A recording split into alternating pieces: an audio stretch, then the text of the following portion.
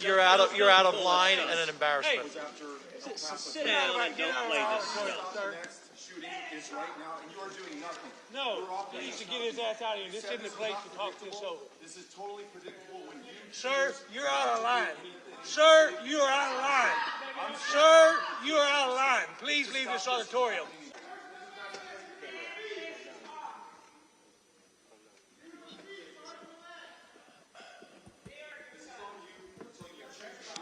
It's on assholes like you. Why don't you get out of here?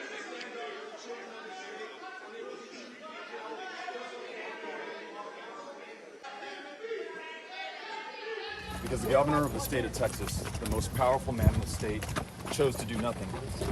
He went to Santa Fe High School after kids were killed in their classrooms, told the parents he would do something. He did nothing. He came to my hometown of El Paso after 23 people were slaughtered. He said he was going to do something. He did nothing. In fact, the only thing he did was make it easier to buy a gun. The only thing he did was make it easier to carry a gun in public. And he bragged about the fact that there would be no background check, no training, no vetting whatsoever. You know, he talked about that this was evil. The only thing evil is what he continues to do to the people of this state. He says this was unpredictable. It was totally predictable, and I predict this will continue to happen when you continue to have a governor who will not stand up for the people of Texas. His only interest is the gun lobby. He's scheduled to speak at the NRA convention this Friday in Houston, Texas, just days after these kids were slaughtered right here in Uvalde. After they were slaughtered at Santa Fe High School, at Sutherland Springs, in Midland, Odessa, in El Paso, Texas. 5 of the worst mass shootings in U.S. history right here in this state in the last 5 years. He was governor for every single one of them. And after every one of these, he holds a press conference just like this. And I wish to hell, when he came to El Paso, someone would have stood up and held him to account and confronted him and shocked the conscience of this state into doing something, because if we do nothing, we will continue to see this year after year, school after school, kid after kid. It is Thursday, May 26, 2022. Welcome again to the National Newspaper Publishers Association's Let It Be Known. This morning, the outrage, as you can see with Beto O'Rourke, is palpable. 19 children lost their lives at what was supposed to be one of the safest places in the world, school. The May 24th massacre at Robb Elementary School in Uvalde, Texas, marked the second deadliest shooting incident on a K-12 campus in America since 2012, when 26 students and teachers were killed at Sandy Hook Elementary in Connecticut. The latest breach of America's once safe and sacred institutions, where 2 teachers were also killed, has numerous politicians from both sides of the aisle sending their obligatory, heartfelt condolences to victims' families. But it has struck a nerve with so many concerned citizens, entertainers, and athletes. This morning, we discussed the right to life and other contradictions of a political party as we remember the victims this morning. Joining us are Jan Michelle Kearney, the Vice Mayor of Cincinnati. Jeffrey Boney is scheduled to join us. He's also the Associate Editor of the Houston Forward-Times and NNPA columnist, and also Andrea Carter of the Cincinnati Herald, and Dr. Benjamin Chavis Jr., the President and CEO of the National Newspaper Publishers Association. Good morning, everyone. Good morning. Good morning. And let's start with Jan Michelle. I know, Jan, your time is limited this morning, but we saw the reaction of Beto O'Rourke. Some celebrities have jumped in as well. Gabrielle Union says it's been enough. We've been at quote unquote enough for centuries. We saw the Golden State Warriors guard Damian Lee in a press conference says it's a sad, sad world that we live in. He says guns shouldn't be as easily accessible. He says it's easier to get a gun than baby formula right now. Jan, you are the Vice Mayor of Cincinnati. You guys have your own gun issues. Talk about this and the reaction. Yeah, we've got a lot of gun violence going on right here. And the big problem is that, you know, everybody, when one tragedy happens, and we've had 10 mass shootings, you know, in the past few weeks, all over the country. I mean, it's really crazy, and you know, probably more than that. It's ridiculous. And so, what are we going to do about it? I mean, we can't just keep saying, "Oh, this is horrible. This is horrible." because it's a tragedy, but we've got to stop it. And so it's up to the legislators to get control of this. I mean, the young man who shot all of those children right when he turned 18, went out, he got a gun, he went back and he got ammunition. He went back later that week and got another gun, more ammunition, no background checks for him. He just, I mean, like, that is so lax. So in Ohio, Andrew and I were just talking about this. Our state legislators, which is just really crazy, have passed a law where you can do permitless carry of concealed weapons if you're 21 or older. I mean, we already have people out here with guns. I mean, why are we allowing people now they can carry them and they don't even need permits for it? I mean, it's just ridiculous. The other thing is there's something called Jamie's Law that we're hoping at some point Congress will pass, but it's to get background checks on ammunition. That seems like a no-brainer. I mean, you need background checks on guns, but you need background checks on ammunition too. And we don't have that. And so it's Jamie's Law. It's named after the youngest victim of the Parkland shooting in Florida. And she's got family here in Cincinnati, so we hear about it a lot. Well, Jan, let me just say this too. We talk every time there's a shooting, Doc, Andrea, every time there's a shooting, we talk about what needs to be done. Obviously, is not being done. And I think, the Onion, actually, of all news outlets, it's a satire site, captured it best. And they said this. It says here from the Onion, the time to stop the next shooting is right now, and you're doing nothing. They quote Beto O'Rourke, but then here's how they ended. They said at press time, residents of the only economically advanced nation in the world, where roughly 2 mass shootings have occurred every month for the past 8 years, were referring to themselves and their situation as helpless. Dr. Chavis, your thoughts on that? Well, I think that it's time that one solution, we have to vote these people out of office at the state legislature, at the congressional level, at the gubernatorial level. The people, the overwhelming majority of the people, and that's both sides of the aisle, want gun control, want IDs, want red flag statutes. And so the people who are in office, from the governor of Texas to the governor of Florida to the governor of Georgia to the governor of Ohio, as well as the state legislators in these states, they need to be taken out. And we have the vote. People ask, well, why should I vote? Well, gun reform is on the ballot. Saving lives, particularly Black lives, particularly our children's lives.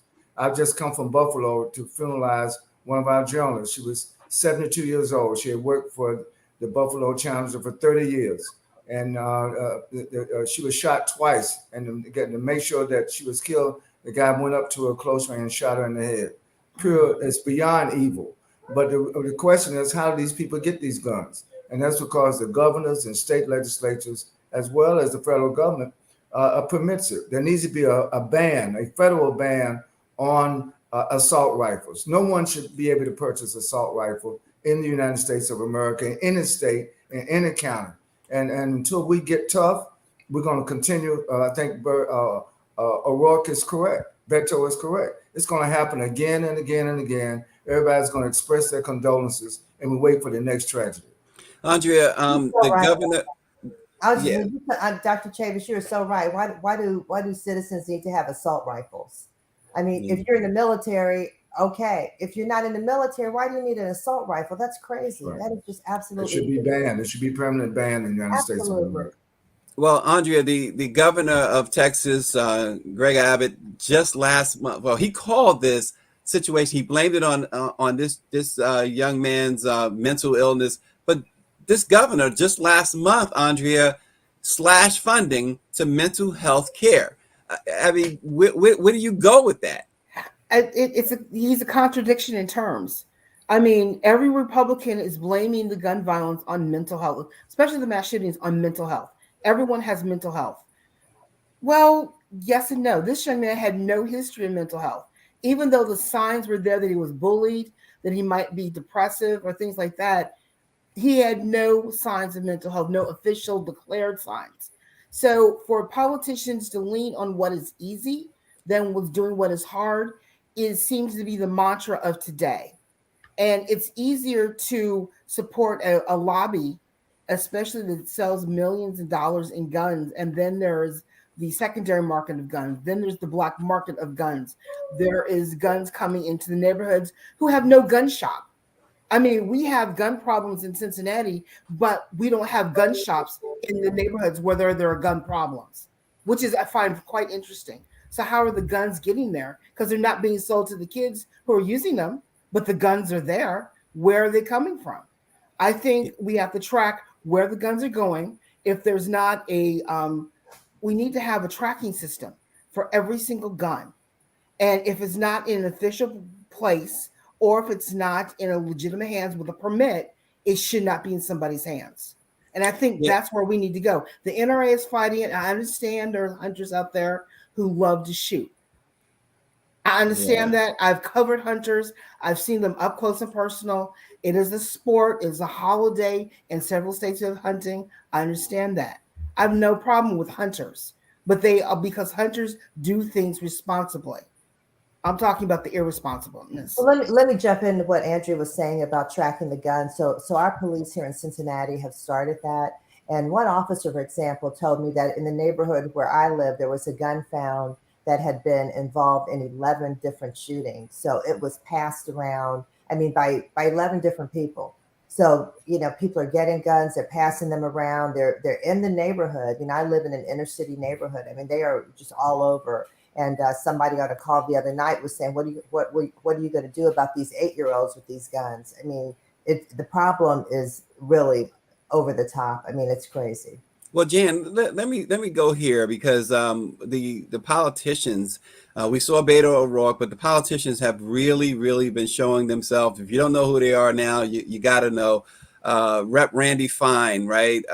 This is what he tweets. He says, "I have news for the embarrassment that claims to be our president. Try to take our guns, and you'll learn why the Second Amendment was written in the first place." First of all, the second I thought it was a crime to threaten the president. But secondly, go ahead, Jan. I was going to say the Second Amendment was not written for citizens to have military assault rifles and go into schools and kill children. That's not a Second Amendment right. So, there are limits to everything. And that, the NRA and Randy Fine, that's ridiculous. We have to get control of this. Our children are being killed. Adults are being killed. Mass shootings are an everyday thing now, and we've got to stop it. And it's up to us. It's up to the legislators to do that. Yeah, and Lauren Boebert, and Boebert, what else can you expect from her? She goes, "You cannot legislate away evil." This is what she tweets. And Alexandria Ocasio-Cortez, representative from New York, struck back. She says this, and here's something to think about. Why even be in Congress if you don't believe in doing your job? Ocasio says, "Just quit and let someone who actually gives a damn do it instead of acting like a useless piece of furniture when babies are shot with AR-15s that we let teen boys impulsively buy before they can legally have a beer." That's right. That's right. She's AOC. Yeah, more power to her. She's absolutely right about that. So this guy who did the shooting in Uvalde, as I said, as soon as he turned 18, he got a gun. He couldn't go into a bar and get a beer, but he could get a gun. He could get a gun and shoot all those children. That's ridiculous. It's a rite of passage in certain states where, at certain time you have kids who want to drive a car. Now kids want to go get a gun or go do something dangerous. It's the mindset is totally different in states that are not regulating this. And I fear for the future because if we don't get a handle on this now, we can't afford to lose our babies. We're already losing our babies to suicide. There is an epidemic of suicide going on in this country right now. There is an epidemic about mental health, at least with kids with depression. Bullying is an issue. Gun violence is an issue that is so prevalent, people are not dealing with it. And it's easier to deal with something else than this. But they're willing to take the money from the gun lobby on this issue than deal with it because they're so busy trying to get reelected. Yeah, and Jan, I know you have to Well, can run, I but just I say want to this? highlight, Oh, I'm Jan, sorry. yeah, Okay. I know you have to run, but I want to highlight one more tweet with these politicians. I think it's so important to highlight these. Ted Cruz says that inevitably, when there's a murder of this kind, you see politicians try to politicize it. You see Democrats and a lot of folks in the media whose immediate solution is to try to restrict the constitutional rights of law-abiding citizens. But then Ruben Gallego, the congressman, hit back with expletives. He says, F you, Ted Cruz. You care about a fetus, but you will let our children get slaughtered. Just get your ass to Cancun. You are useless. There you go. That's right. That's right. I hear that. I just want, yeah, absolutely. I want to jump in on what Andrea said. Andrea's right about, when Andrea, you talked about, rise in teen suicides and gun violence. People who experience violence, especially children, are more likely to be violent. I mean, it's childhood trauma. And so for Abbott to cut the funds for mental health, I mean, that's crazy. We need more funds going into childhood trauma. There's a lot of it out there and the rate is rising and we really need help. I mean, that's another issue that we really have to address. Maybe you'll have a show on that, Stacey, because childhood trauma is huge. It certainly is. And thanks so much, Jan Michelle Kearney, the Vice Mayor of Cincinnati. We really appreciate you joining us. Jeffrey Boney. Commissioner, so we're talking about all this. So it's at 8:00. I appreciate you all. Thank you so much. Thank you. All right. And Jeffrey Boney, another NMPA journalist, associate editor of the Houston Forward Times, and the councilman out of Missouri City, Texas, and also I believe, I don't know if the title is vice mayor there too, Jeff. I think you're muted, Jeff. Mayor Pro Tem, yes. Mayor Pro Tem, Jeffrey Boney. Jeff, we're talking about what's happening in your state, Jeff, and these politicians. Give us from your perspective the politicians' reactions. We always hear this heartfelt condolences, but what are you doing? What are they doing, Jeff? Yeah, I mean, people are tired of the thoughts and prayers narrative that's oftentimes pushed during times like this. They want substantive action, and I agree totally with the representative. That you need to stop trying to regulate uteruses and allow gun access to everyone across the state without a license at the age of 18 or older. Which led to this particular incident. It's just a sad state of affairs. We keep seeing the same thing over and over and over again. I stand with and applaud the candidate for governor, Beto O'Rourke, who confronted Governor Abbott and all of his peers on that stage at that press conference to say, enough is enough. Time is out for the same rhetoric, and we need to do something different. Yeah, and Dr. Chavis, the head coach of the Golden State Warriors, Steve Kerr, who has spoken out on social justice issues in the past, he continues to speak out on them. He was very angry when, after the game the other day, they wanted to ask some questions about the game, and he said basketball questions don't matter. He says the 50 senators who refuse to vote on H.R. 8 matter. He goes on to say that they won't vote on background checks or anything like that because they want to hold on to their power, their own power. Quote, 50 senators in Washington are going to hold us hostage. It's pathetic. Coach Steve Kerr says, when you get athletes and head coaches and entertainers weighing in like this, as well as some of the Democratic politicians have really gone in on some of the Republicans. Doc, what kind of system do we now have? Well, I think we're going to discuss this at our national convention in New Orleans. I think we have to change the narrative. I think we cannot allow these, what that press conference in Texas was very telling. They're talking about it was pure evil, expressing condolences. And they're talking about it as a mental health issue. Well, you know what? It is a mental health issue. Governor Abbott is insane. The Attorney General of Texas is insane. Ted Cruz is insane. And I think for us as the Black press, we cannot allow them to cast these dispersions, these diversions, and we wind up using their rhetoric. I think that it is a matter of insanity. It's just not the people who pull the triggers. It's the people who allow them to get the guns in the first place. And not only get the guns, but encourage them. After all these shootings in Texas, the first thing the state legislature did and Governor Abbott did was to make it more easier for people to get the guns. So they are accomplices. The guy who killed all of our brothers and sisters in Buffalo, New York, he wasn't crazy. He wrote a 180-page manifesto laying out what he was going to do. What was insane is how the system treats them and the politicians who continue to support this. Trump is out there on the campaign right now calling for a civil war. Well, okay, what are they going to fight the civil war with? Guns. So I think we in the Black press, as we celebrate the 195th anniversary of Black press, we have the power on all of our 230 African-American newspapers. We had on the front page of all of our newspapers the pictures of these insane governors and these insane United States senators and calling for their removal from office. There needs to be a people action. They need to be removed from office. They need to be taken out nonviolently, because I know people are watching this program. I want people to get the wrong nuance of what I'm saying. You take them out by voting. You take them out by making sure that we raise funds for people like Beto O'Rourke and others so they can take their place. You know, or else these violence are going to continue. Then we would be insane if we think that we were just going to allow words of sympathy to change this situation. No, we have to do more. I remember when lynching was commonplace until Ida B. Wells and others said, hell no, we're going to call this out. We're going to stop these lynchings.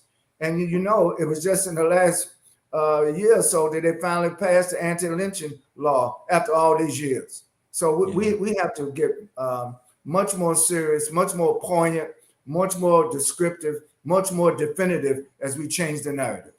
Well, Andrea, as you see the sad, indescribable picture there, Amira Joe Garza was one of the victims that you see in the picture there. Her father, a medical aide, says he found out she was one of the victims when he arrived on the scene and was helping another little girl who was covered in blood. And the girl who was covered in blood said to Amiri Joe's father, that my friend is also shot. And he asked her, because he was looking for his daughter, he asked her, who is your friend? And she said, Amira Joe. I can't even begin as a parent, begin to even imagine what that man felt at that time when he's helping this young girl covered in blood. And she tells him, your daughter's been shot too. It's a club that nobody wants to belong to. And I mean, it's the mothers here who are victims, who have their children downed by gun violence. It's a club they all said they don't want to belong to. And but to have that life ripped from you in such a horrific way is unbelievable. That pain, I'm not a parent, but I am an auntie. And that pain is just horrific. And I think that the reaction of different reporters or anchors around the country, even my own publisher, has hit a nerve like you've never hit before. I mean, I was watching MSNBC's 11th Hour last night before I fell asleep. The anchor was almost trying to prevent herself from breaking down and crying while reading off the names of the children and what they were about. I mean, you just see it, the anger, the emotion, the sympathy, and the grief. And I think if the entire country is not grieving over the loss of our future, then there's something wrong with all of us. If you're not angry, you need to be crying. If you're not doing either one of those, then you need to be, start up for action. I know there is a march planned in DC. I believe it's another March for Life march or something like that that's being planned in June. I think now we need to add the gun lobby or gun legislation to whatever protesting is going on now, because right to life is more than just abortion. Right to life now is about how do we legislate who gets the guns? How do we regulate the tracking of the guns and where they go? I mean, the gun lobby is protected by federal rules saying that they are not going to be held accountable for what happens with their product that they produce. But New York might have the right idea of circumventing that law and saying, yes, you can be held accountable. So it's going to be interesting to see how we stand up to the gun lobby and the manufacturers and see what they put in place or what we need to have put in place to start tracking where this is going. And on top of that, make it stronger for someone over the age of 21 to get a gun than what this will happen with this young man. I'm sorry, but we have to step up. Yeah, Jeff, we talked about, Dr. Chavis always talks about voting. We've talked about what the hand that's been dealt. How do we work with the hand that has been dealt? Yeah, and I want to go back to the narrative that's always spun during times like these, which is our thoughts and prayers are with you. Instead of asking people for thoughts and prayers, regardless of where we are, not just here in Texas, I think the people that are in the power need to ask for forgiveness to God. They need to ask for forgiveness because they are in a position and have been in a position of power to do something and have done absolutely nothing. And so when you think about, this political spin and you look at these thoughts and prayers narratives that's always pushed out here, and to Andrea's point, the lack of legislation that has continued to lead to situations like this. We just had, prior to this incident in Uvalde, Texas, you had an incident in California with some Asian parishioners, countless. You had, prior to that, countless victims in Buffalo, New York at a supermarket, mostly elderly African Americans. And so, you go back and back and back, and you think about Florida, and you think about Columbine, and you think about all these, and it's always thoughts and prayers, and it's always thoughts and prayers. But we need comprehensive legislation, not just an executive order from Joe Biden, because he's the president for at most 2 terms, 8 years. But after that, then things can change from an executive order perspective, regardless of who's in that seat. So legislators need to step up to the plate. I agree with Steve Kerr, the coach of the Golden State Warriors. You got 50 senators at minimum who are, because you can't just discount the Democratic senators who can end the filibuster to change some of these things. I think that at the end of the day, the Republicans are not the only blame here. You have Democrats as well. I mean, both parties are to blame. If you really, really care about the future of this country, the current state of this country, then you need to do something about the filibuster, and you need to do it now. And you need to put comprehensive legislation in place that will hopefully curtail and prevent incidents like this in the future. Well, don't forget, right away, just yesterday, West Virginia Democratic Senator Joe Manchin said he will do anything, he says, to try and stop this, except, he said, in the filibuster. It should not be an except, right, Dr. Chavis? Well, again, I think this whole matter needs to be debated. It's not for one senator to determine the future of the country. I agree with Jeff. I mean, look, we cannot put our fate in the hands of people who've already shown where they stand. Ted Cruz doesn't care about the people of Texas. Ted Cruz cares about Ted Cruz. And Governor DeSantis in Florida doesn't care about the people in Florida. I could go down the list. So I think that we have a responsibility. Yes, there are going to be several marches in Washington, one led by Reverend William Barber, calling for this kind of transformation across the lines. I think we need to take Republicans out, but I agree with you. We need to take some Democrats out also, across the board. There needs to be one litmus test that applies to everybody. And we don't let anybody escape. There are no exceptions. When it comes to human life, when it comes to our children, there are no exceptions. When it comes to our elderly sisters and brothers trying to shop in a supermarket, no, there's no exceptions. The hell with the filibuster, and the hell with anybody who claims that the filibuster is an exception. They can go to hell. Well, the victims include teachers Eva Morales and Irma Garcia, as well as the students 19. They're 10 years old. Most of them are 10 years old. A couple of them are 11 years old.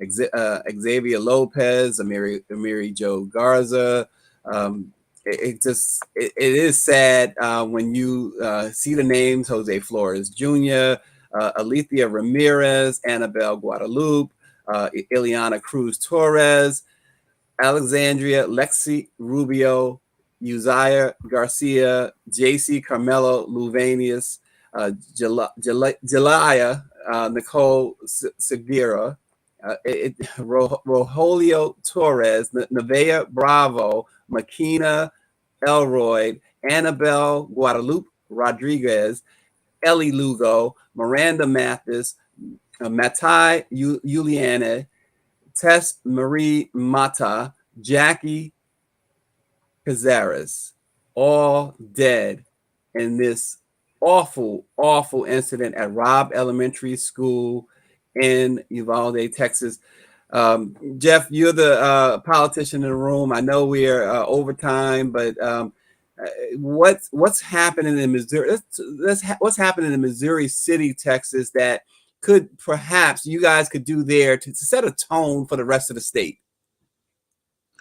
Well, you know, one of the things we're doing since this incident is we're lowering our flags to half-mast to, you know, acknowledge these victims that you just read off. But at the end of the day, you know, fortunately, in the history of our city, we haven't had any, you know, police incidents such as this, especially, you know, even any police deaths as a result of any gun violence here.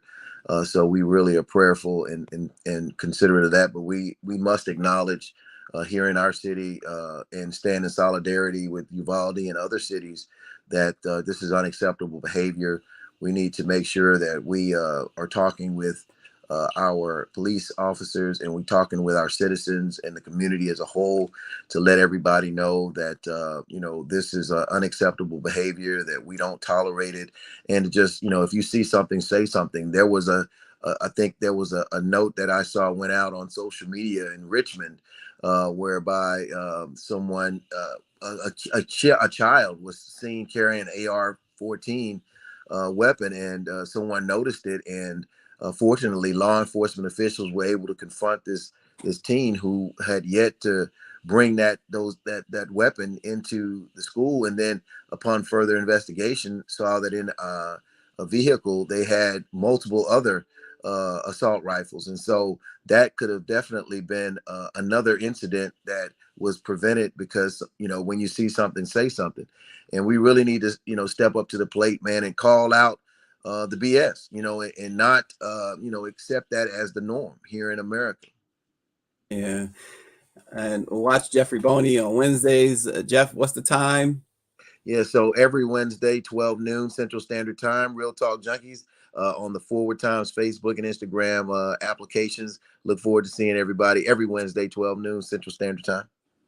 Absolutely. And Dr. Chavis mentioned that we will carry on this discussion even at the NMPA's Summer Convention. It is the 195th year of the Black Press of America, and that kicks off June 22nd in New Orleans. Everyone is invited. Amplifying our voices for freedom, justice, equality, and equity is the theme of the conference. It is, again, the 195th anniversary of the Black Press of America, and we'll bring you so much more on that. Go to nmpa-events.com to register and to see what else we have in store. But we will continue to bring you up to the minute information on this extremely devastating tragedy that happened in Texas with these precious babies that we lost, 19 of them, including, well, in addition to the 2 teachers that we lost. Thanks for joining. Let it be known. We will see you tomorrow.